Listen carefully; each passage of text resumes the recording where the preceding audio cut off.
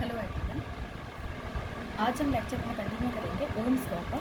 Last lecture में हमने पढ़ा था रजिस्टर, रेजिस्टेंस, रेजिस्ट का मतलब क्या होता है। जब आपने रेजिस्टेंस पढ़ लिया तब हम अब नेक्स्ट प्रोसीड करेंगे ओम्स लॉ की तरफ। ठीक है, तो ये जो ओम्स लॉ है ये एक जर्मन साइंटिस्ट ने प्रपोज किया था जिनका नाम था जॉर्ज ओम। इन्हीं के नाम पे हमने इसका लॉ का नाम रख दिया ओम्स लॉ।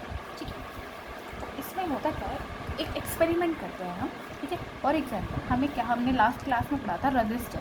रजिस्टर एक ऐसा डिवाइस है जो करंट के फ्लो को अपोज करता है, कोशिश करता है कि करंट कम से कम पास हो। ठीक है, तो रजिस्टर जो है वो करंट को अपोज करता है। हम रजिस्टर को मान लीजिए मार्केट से खरीद के लेके आए। रजिस्टर कुछ ऐसा दिखता है, मैंने लास्ट टाइम बताया था। इसमें 4 रिंग्स होती हैं कुछ अलग अलग कलर्स की। ठीक है, ये रजिस्टर है।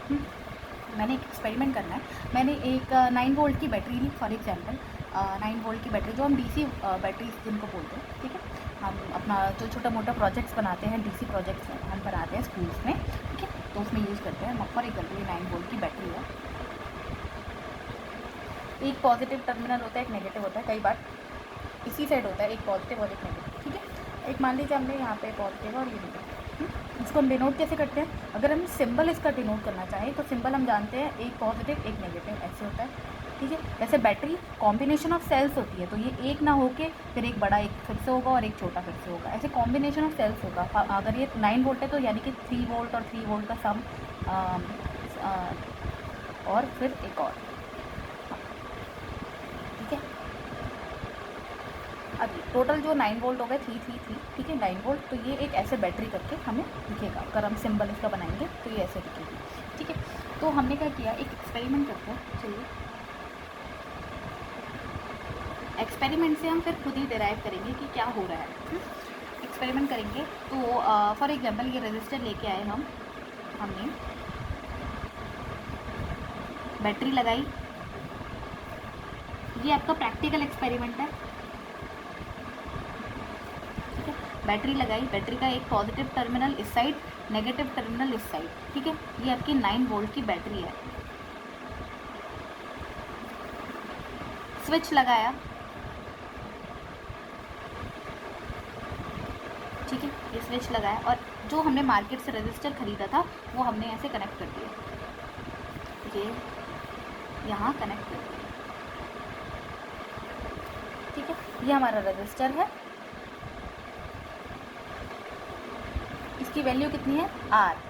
ठीक है, ये वोल्टेज है, ये मतलब बैटरी है, तो इसकी मान लीजिए 9 वोल्ट ना मान के हम एक अज्यूम कर लेते हैं कि V वोल्ट की बैटरी है। ठीक है, V वोल्ट की बैटरी है। ये R ओम का रेजिस्टेंस है और ये आपका स्विच है।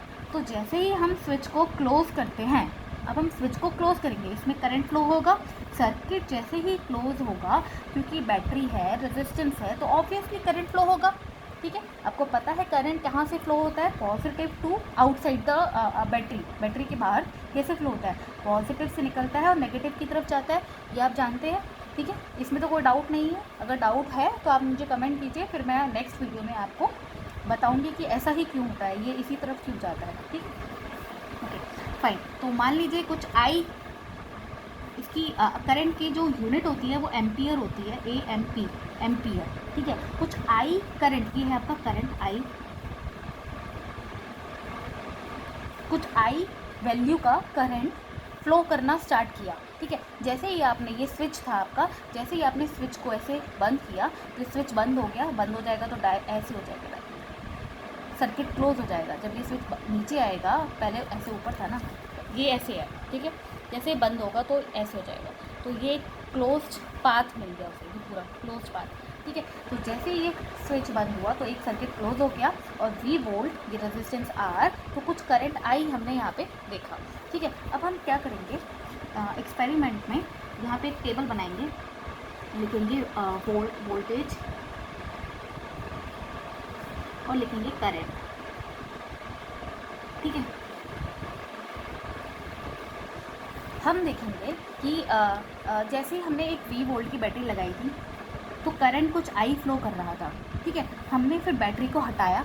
ठीक है, इस बैटरी को निकाला और दूसरी एक बैटरी लगा दी V प्लस डेल्टा V। कुछ और हमने v प्लस डेल्टा वी की जगह हम लिखेंगे v प्लस के या कुछ भी, ठीक है, v प्लस डेल्टा वी मतलब कुछ और 9 वोल्ट की जगह 12 वोल्ट, फॉर एग्जांपल 9 वोल्ट की जगह हमने 12 वोल्ट की बैटरी लगा दी, मतलब वोल्टेज बढ़ा दिया, ठीक है, वोल्टेज हमने बढ़ाया। तो हम देखेंगे एक्सपेरिमेंट करेंगे हम यहाँ पे। एक्सपेरिमेंट करने के लिए हम करंट मेज़र कैसे करेंगे, करंट को हम देखेंगे कैसे, ऐसे देखने से थोड़ा ना होता है, करंट को मेज़र करना पड़ता है। और करंट को मेज़र करने के लिए हमें डिवाइस लगाते हैं एक एमीटर हम इसी सर्किट में कहीं बीच में लगा देंगे, ठीक है। जब हम उसके एक्सपेरिमेंट को सर ने जो किया होगा, साइंटिस्ट जो है हमारे, उन्होंने जब किया होगा तो उन्होंने एमीटर लगाया होगा बीच में कहीं, ठीक है, और उस एमीटर से उन्होंने चेक किया होगा कि कितना करंट है। सिमिलरली वोल्टेज, ये तो बैटरी है, बैटरी जब आप लेके आओगे तो आपको पता ही है कि आप कितनी वोल्ट की बैटरी लेके आ रहे हो। तो मान लीजिए आपने पहले 20 वोल्ट की बैटरी लगाई थी, उससे जब आपने एमीटर लगाया और करंट देखा तो कुछ आई करंट फ्लो हो रहा था, ठीक है। फिर आपने बैटरी को रिप्लेस किया नई बैटरी के साथ में, जो कि और ज़्यादा थी और हाई वोल्टेज बैटरी थी। तो कितनी हाई थी, v प्लस डेल्टा वी, मान लो v प्लस डेल्टा वी की जब आपने बैटरी लगाई तो आपने एमीटर से करंट मेज़र किया तो करंट भी बढ़ गया, i प्लस कुछ डेल्टा आई से ज़्यादा हो गया। जैसे ही आपने वोल्टेज बढ़ाई तो करंट भी बढ़ गया। अब अगर एक और दोबारा कोई एक्सपेरिमेंट किया और दूसरी हाई वोल्टेज बैटरी लगाई, मान लीजिए कितनी high, v plus delta we में एक और डेल्टा वी ऐड कर दो, यानी कि v प्लस 2 डेल्टा वी, और बड़ी कोई बैटरी लगाई आपने हाई वोल्टेज की बैटरी, तो करंट हम देखेंगे वो और बढ़ जाएगा, i प्लस 2 डेल्टा आई हो जाएगा, ठीक है। तब हमने इस एक्सपेरिमेंट से क्या कंक्लूड किया, कंक्लूज़न क्या निकला हमारा इस एक्सपेरिमेंट से कि जैसे जैसे हम वोल्टेज बढ़ा रहे हैं, एज वोल्टेज इज इंक्रीजिंग, जैसे जैसे वोल्टेज बढ़ रही है, करंट इज ऑल्सो इंक्रीजिंग, मेरा शॉर्टकट है, आप पूरा लिखेंगे, एज वोल्टेज इज इंक्रीजिंग, जैसे जैसे वोल्टेज बढ़ रहा है, current is also increasing, current भी सर्किट में बढ़ रहा है। इसका मतलब करंट इज डायरेक्टली प्रोपोर्शनल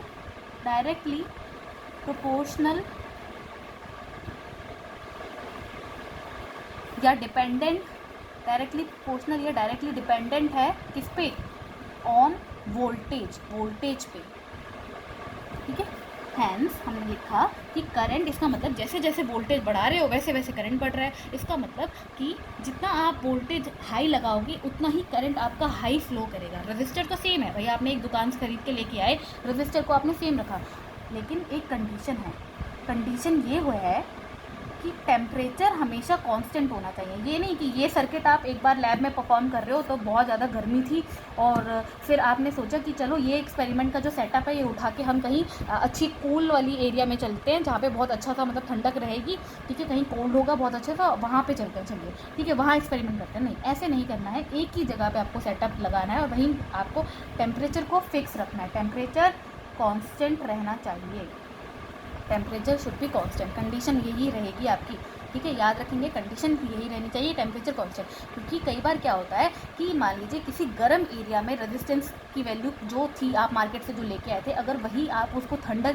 किसी एरिया में लेके जाएंगे तो जो आप देखेंगे रजिस्टर की जो वैल्यू थी वो हल्का सा पॉइंट या जो भी थोड़ा बहुत वेरिएशन हो जाएगी।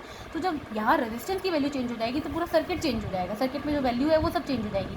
तो इसीलिए रेजिस्टेंस की वैल्यू सेम रहे, जो मार्केट से लेके आए हैं वही रहे, ठीक है। तो इसीलिए आप एक कांस्टेंट टेम्परेचर में ही आप ये पूरा एक्सपेरिमेंट करेंगे, ठीक है। तो हमने देखा कि जैसे जैसे करंट बढ़ रहा था, जैसे जैसे वोल्टेज बढ़ रही थी वैसे वैसे करंट बढ़ रहा था, ठीक है। इसीलिए करंट इसका मतलब डायरेक्टली प्रोपोर्शनल या फिर डिपेंडेंट है किस पे, वोल्टेज पे, ठीक है। तो हम प्रोपोर्शनलिटी का साइन कैसे लगाते हैं कि I is directly proportional to V, ठीक है, या फिर हम लिख सकते हैं v is directly proportional to I, ठीक है। जब हम लिखेंगे इसको ऐसे v is directly proportional to I, ठीक है, यानी कि इसका मतलब आप समझते हैं ना कि अगर v बढ़ेगा तो i भी बढ़ेगा, ये डायरेक्टली प्रोपोर्शनल का साइन होता है, ठीक है, किस का, v और i का, यानी कि अगर v बढ़ता है तो i बढ़ेगा, अगर v घटेगा तो i भी घटेगा, ठीक है। If v is increasing then i should also increase, if v is decreasing then i should also decrease, same condition होनी चाहिए, जैसा इसके साथ होगा वैसे ही इसके साथ होगा, यही साइन होता है डायरेक्ट का, ठीक है।